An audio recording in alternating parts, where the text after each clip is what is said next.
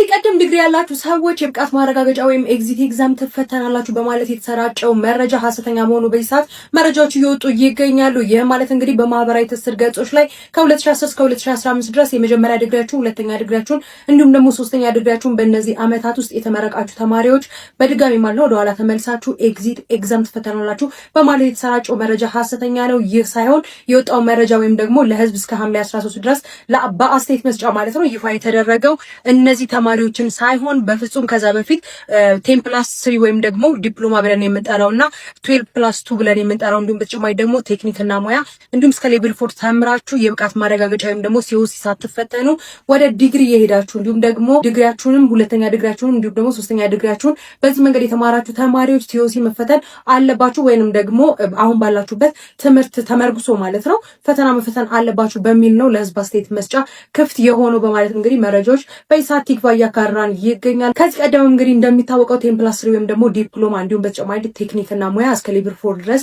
የተማሩና 12+2 የተማሩ ተማሪዎች ሲኦሲ ተፈትነው ነው ወደ ዲግሪ እንደሚሄዱ ይታወቃል። ይህንን ሳያደርጉ ግን ወደ ዲግሪ ትምህርት የገቡ እንዲሁም ደግሞ ሁለተኛ ዲግሪ ሆነ ሶስተኛ ዲግሪ የኛውን ሲኦሲ ሳይወስዱ የተማሩ ተማሪዎች ሲኦሲ መውሰድ አለባቸው ወይም ደግሞ አሁን ባሉበት የትምህርት እርከን ማለት ነው የብቃት ማረጋገጫ መውሰድ አለባቸው እንደተባለም ነው ቲክቫ መረጃዎችን እያጋራ የሚገኙ። በዝርዝር የወጡ መረጃዎችን እንግዲህ ቴሌግራም ቻናሌ ላይ ፖስት አድርጌላችኋለሁ። ባዮ ላይ ባለው ሊንክ እየገባችሁ መመልከት እንዲሁም ደግሞ መከታተል ትችላላችሁ። በዚህ ጉዳይ ላይ ሀሳብና አስተያየት ካላችሁ ኮሜንት ላይ አጋሩኝ። በሌሎች መረጃዎች በድጋሚ እመለሳለሁ። መልካም ቆይታ ይሆንላችሁ። በአዲስ አበባ የቤት ኪራይ ፈላጊዎች ሃይማኖታቸውን እየጠየቁ ኪራይ መከልከላቸውን በምሬት ገለጹ። በአዲስ አበባ ከተማ የቤት ኪራይ ፈላጊዎች አከራዮች ቤት ከማከራየታቸው በፊት ሃይማኖታቸውን የመጠየቅና ከነሱ እምነት ጋር ካልተገጣጠመ የመከልከል አዝማሚያ እያሳዩ መሆኑን በከፍተኛ ምሬትና ቅሬታ እየገለጹ ነው። ይህ ድርጊት በአሁኑ ወቅት በማህበራዊ ሚዲያ መድረኮችና በተለያዩ የከተማው አካባቢዎች ላይ ሰፊ መነጋገሪያ ሆኗል። ከተከራዮችና ከቤት ኪራይ ፈላጊዎች የሚወጡ መረጃዎች እንደሚያመላክቱ ቀደም ሲል በከተማዋ የቤት ኪራይ ዋጋ መናር፣ የቅድመ ክፍያ ወይም አድቫንስ መብዛትና የደላሎች ተጽዕኖ ዋነኛ ፈተናዎች የነበሩ ቢሆንም አሁን ላይ ግን በርካታ አከራዮች ሃይማኖትህ ወይም ሃይማኖትሽ ምንድነው የሚል ጥያቄን በቅድመ ሁኔታነት በግልጽ ማቅረብ ጀምረዋል ብለዋል። ስለ ጉዳዩም ትላላችሁ ተጨማሪ መረጃ ፎሎ ማድረጋችሁ እንዳዘነጉ።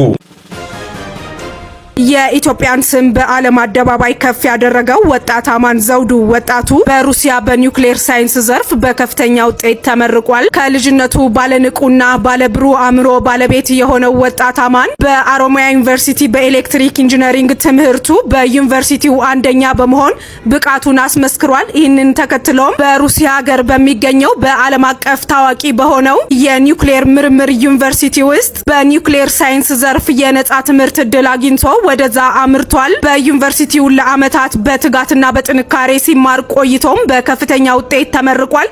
እንኳን ደስ አለ በሉት። በትምህርት ቤቶች ዙሪያ የትንባሆ መሸጫ ክልከላን ወደ 500 ሜትር ከፍ ማድረጉን የአዲስ አበባ ምግብና መድኃኒት ባለስልጣን እያሳወቀ ይገኛል። በትምህርት ቤቶች ከ500 ሜትር ቅርበት ትንባሆን የሚሸጡ ሱቆች እንዲሁም ደግሞ ትንባሆን በህገወጥ መንገድ የሚሸጡ ሰዎች የ6 ወር ቀላል እስራት እንዲሁም ደግሞ የ5,000 ብር ቅጣት እንደሚጠብቃቸው ነው ባለስልጣን መስሪያ ቤቱ እያሳወቀ የሚገኘው። በትምህርት ቤቶች አቅራቢያ ላይ የሚገኙ ሱቆችም አሁን የትኛውም አይነት ትንባሆን የሚሸጡ ሰዎች እንግዲህ በ500 ሜትር ቅርበት ላይ ማለት ነው መሸጥ አይችሉም። የሚሆነበት ዋነኛው ምክንያት ህጻናት እንዲሁም ደግሞ ወጣቶችን ከትንባሆ ጭስና ሱስ ለመከላከል ታስቦ እንደሆነ ነው እየተነገረ የሚገኘው። በየትኛውም አካባቢ ላይ እንግዲህ እነዚህን ህጎች የማያከብሩ ሰዎች የ6 ወር ቀላል እስራት እንዲሁም ደግሞ የ5,000 ብር ቅጣት እንደሚጠብቃቸው ጭምር እየተነገረ የሚገኘው። በዚህም እንግዲህ ቁጥጥር ተደርጎ ወደ 1,300,000 የሚደርሱ ህገወጥ የሆኑ ትንባሆች ማለት ነው በቁጥጥር ስር መዋላቸው ጭምር መረጃዎችን እየተመለከተ እንገኛለን። ህገወጥ የሚሆነውም ከ500 ሜትር ርቀት በታች የሆነ ቦታ ላይ ትንባሆ የሚሸጥ ከሆነ ነው ህገወጥ የሚሆነው። በዚህ ጉዳይ ላይ ሀሳብ ካላችሁ ኮሜንት ላይ አጋሩኝ። በሌሎች መረጃዎች ግን በድጋሚ ተመልሼ እመጣለሁ። ፕላስ ምልክቷን መጫናችሁን አትርሱ። መልካም ቆይታ ይሆንላችሁ። እኔ ከሞትኩኝ ወይም ደግሞ ከተገደልኩኝ ድምጥማጧን አጥፏት የሚል ትዕዛዝ አስቀምጠው ነው እንግዲህ ዶናልድ ትራምፕ ሊሞቱ ያሰቡት። this is weird። ትናንትና ዕለት እንግዲህ ዶናልድ ትራምፕ አሳሲኔሽን አቴምፕት ወር ደግሞ የግድያ ሙከራ ሊደረግባቸው ይችላል ከነ ኢራን ሳይድ ወር ደግሞ ኢራኖች ትራምፕን አሳሲኔት ወር ደግሞ ኪል የማድረግ ፕሎትና ሀሳብ አላቸው በማለት እንግዲህ የእስራኤል ኢንተለጀንስ መረጃ ማውጣት ይታወሳል። ታዲያ ዶናልድ ትራምፕ ይህን ነገር በመፍራት ነው እንግዲህ ኢፍ አይ ጌት አሳሲኔት ወር ደግሞ አሳሲኔት የምደረግ ከሆነ የምገደል ከሆነ ድምጥማጧ እንደጠፋ ኢራን ትእዛዝ አስቀምጫለሁ የሚል ነገር ነው እንግዲህ ያስቀምጡት። I don't know about you, pardon my French፣ ግን እንደዚህ አይነት ነገር ማለት ነው የምር እንደፈራ ነው የሚያሳየው። ማለት ሁለተኛ ቾይስ ማስቀመጥ ማለት የምር የሚገሉኝ ከሆነ አጠፋቸዋለሁ ማለት እንዳትገሉኝ ላስፈራራችሁ አሁን ማለት ነው። ምሳሌ የሆነ ሰው እናንተን እገላችኋለሁ ብሎ ቢያስፈራራችሁ ግደለኝና ቤተሰብ ይሞታል ብላችሁ ካስፈራራችሁት ይሄ ሰውዬ like እናንተም የምር ፈርታችኋል ሊያደርገው ይችላል ማለት ነው። ተጋሚ የግድያ ሙከራዎች ሲደረጉበት ዶናልድ ትራምፕ ምንም እንዳልፈራና እነዚህ የግድያ ሙከራዎች በጀግነት እንዳለፋቸው ማንም እንደማይገለው ምናምን ነበር የሚያወራው። አሁን ግን he's kind of scared. Let's say ኢራኖች ፕላን እንዳደረጉት ነው ደግሞ ኢራኖች ፕላን አድርገዋል እንበል ለመግደል እሱን እና የምር ፕላን እንዳደረጉት ዶናልድ ትራምፕን ገደሉት። ምን የሚፈጠር ይመስላችኋል? ያው አስቀምጫለሁ ብሏል። እኔ ከሞትኩ ሙሉ ሀገሪቷ ድምጥማጧ ትጥፋ ደግሞ ድምጥማጧን አጥፏት የሚል እንትን አስቀምጧል። ድምጥማጧ ከመጥፋቷ ውጪ ምን ሊፈጠር ይችላል? ሰዎችን ኮሜንት ላይ አስቀምጡልኝ። እስከዚህ ሰዓት ድረስ ቪዲዮ ላይ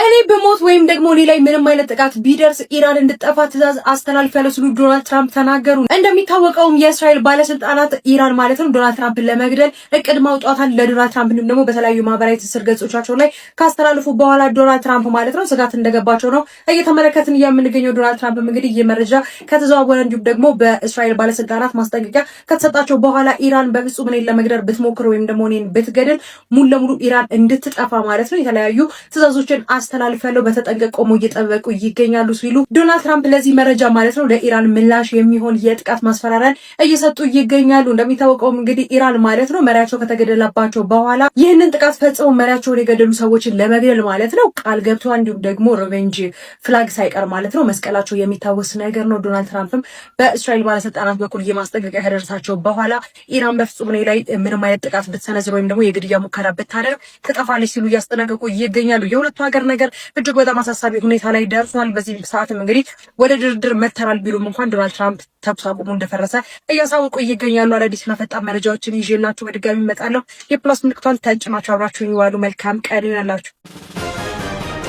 በዚህ ሰዓት የቀድሞ ጠቅላይ ሚኒስትር አቶ መለስ ዜናዊ ልጅ ሰማል መለስ በትግራይ ፖለቲካና በህወሓት ከፍተኛ አመራሮች ላይ ያልተጠበቀና እጅግ ጠንከር ያለ ትችትን ሰንዝራለች።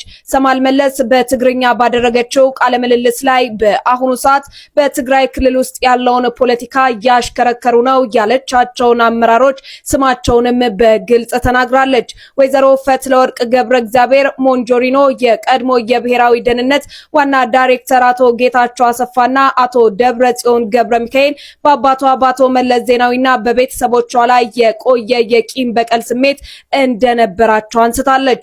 ከአባቷ ህልፈት በፊትም ቢሆን በስራቸው ላይ ክፍተቶች ይስተዋሉባቸው እንደነበርና አቶ መለስ በሚሰጧቸው ጠንከር ያሉ ግምገማዎች ሳቢያ ከፍተኛ ቅሬታን ያሳድሩ እንደነበርም አንስታለች።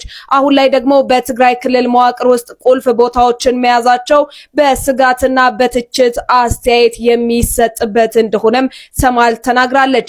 የሰማል መለስ ይህ ይፋዊ ትችት በወቅታዊ የትግራይ ፖለቲካ ላይ ምን አይነት መነቃቃትን ይፈጥር ይሆን? የእናንተስ አስተያየት ምንድነው? በኮሜንት መስጫው ላይ ሐሳባችሁን አጋሩኝ።